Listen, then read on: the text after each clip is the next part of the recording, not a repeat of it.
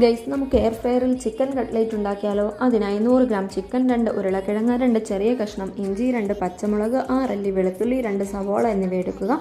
Chicken നന്നായി ഉപ്പും കുരുമുളക് പൊടി മഞ്ഞൾപ്പൊടി ഇട്ട് വേവിച്ചിട്ട് ഇതുപോലെ ചോപ്പ് ചെയ്തെടുക്കുക. ഉരുളക്കിഴങ്ങും ഇതുപോലെ മാഷ് ചെയ്തെടുക്കുക വേവിച്ചിട്ട്.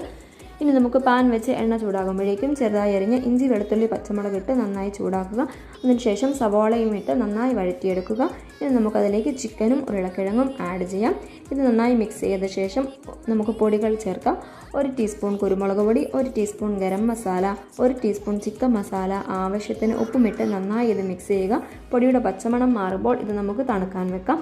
ശേഷം ഇതുപോലെ കട്ട്ലേറ്റിൻ്റെ ഷേപ്പിലാക്കിയിട്ട് 2 മുട്ട ഉപ്പുമിട്ട് ബീറ്റ് ചെയ്ത് വെച്ചതിൽ ഡിപ്പ് ചെയ്യുക. അതുപോലെ റസ്ക് പൊടിച്ചതിനകത്തും ഡിപ്പ് ചെയ്തെടുക്കുക. ഇനി നമുക്ക് എയർ ഫ്രയറിൽ ഓയിൽ അപ്ലൈ ചെയ്തിട്ട് കട്ട്ലേറ്റ് അതിലേക്ക് അടുക്കി വെക്കാം. കട്ട്ലേറ്റിൻ്റെ മുകളിലും കുറച്ച് ഓയിൽ അപ്ലൈ ചെയ്ത് വെക്കുക. 180 ഡിഗ്രിയിൽ 15 മിനിറ്റ്സാണ് നമ്മൾ സെറ്റ് ചെയ്ത് വെക്കുന്നത്.